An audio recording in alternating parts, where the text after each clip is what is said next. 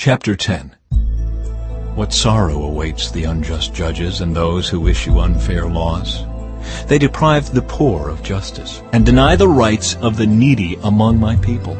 They prey on widows and take advantage of orphans. What will you do when I punish you, when I send disaster upon you from a distant land? To whom will you turn for help? Where will your treasures be safe?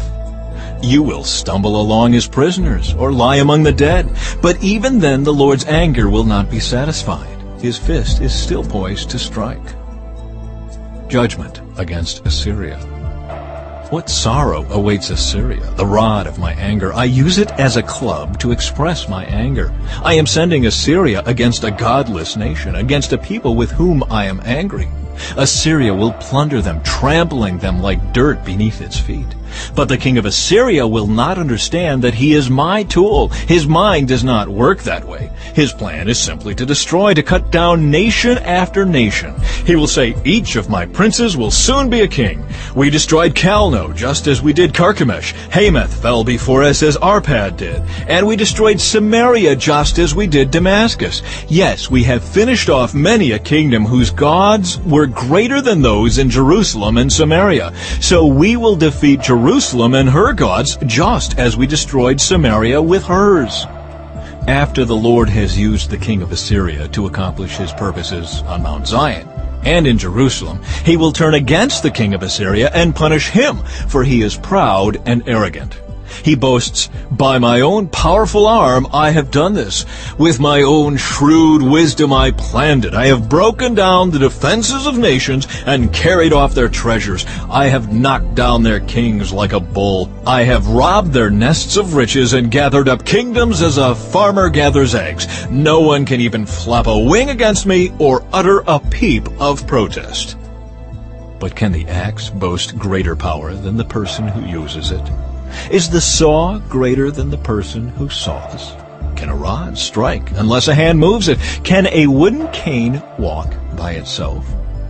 Therefore, the Lord of heaven's armies, will send a plague among Assyria's proud troops, and a flaming fire will consume its glory. The Lord, the light of Israel, will be a fire. The Holy One will be a flame. He will devour the thorns and briars with fire, burning up the enemy in a single night. The Lord will consume Assyria's glory, like a fire consumes a forest in a fruitful land. It will waste away like sick people in a plague. Of all that glorious forest, only a few trees will survive, so few that a child could count them. Hope for the Lord's people. In that day, the remnant left in Israel, the survivors in the house of Jacob, will no longer depend on allies who seek to destroy them, but they will faithfully trust the Lord, the Holy One of Israel. A remnant will return. Yes, the remnant of Jacob will return to the mighty God. But though the people of Israel are as numerous as the sand of the seashore, only a remnant of them will return. The Lord has rightly decided to destroy his people. Yes, the Lord of heaven's armies, has already decided to destroy the entire land. So this is what the Lord of heaven's armies, says. O my people in Zion, do not be afraid of the Assyrians when they oppress you with rod and club, as the Egyptians did long ago. In a little while my anger against you will end, and then my anger will rise up to destroy them. The Lord of heaven's armies will lash them with his whip, as he did when Gideon triumphed over the Midianites at the rock of Oreb, or when the Lord's staff was raised to drown the Egyptian army in the sea. In that day, the Lord will end the bondage of his people. He will break the yoke of slavery and lift it from their shoulders. Look, the Assyrians are now at Aeth. They are passing through Migron and are storing their equipment at Michmash. They are crossing the pass and are camping at Geba. Fear strikes the town of Ramah. All the people of Gibeah, the hometown of Saul, are running for their lives. Scream in terror, you people of Galem. Shout out a warning to Laishah.